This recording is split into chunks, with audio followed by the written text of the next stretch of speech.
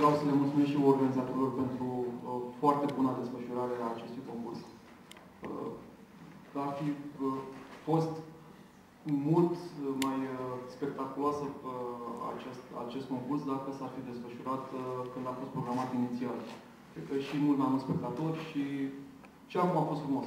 Numai că vremea a fost un pic capricioasă și ne-au pus un pic de probleme.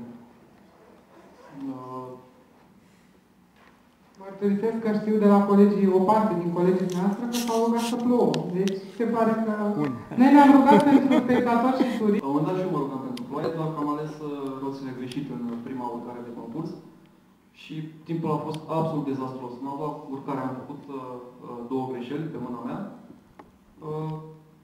Poate timpul ar fi fost un pic mai bun, dar se pare că alții n-au greșit și au venit un pic mai sus.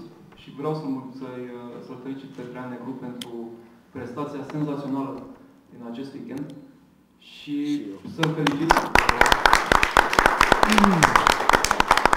A avut o constanță și un spirit de luptă. Deci, pur și simplu și-a dorit să câștige și asta și-a făcut. Bravo, Traian!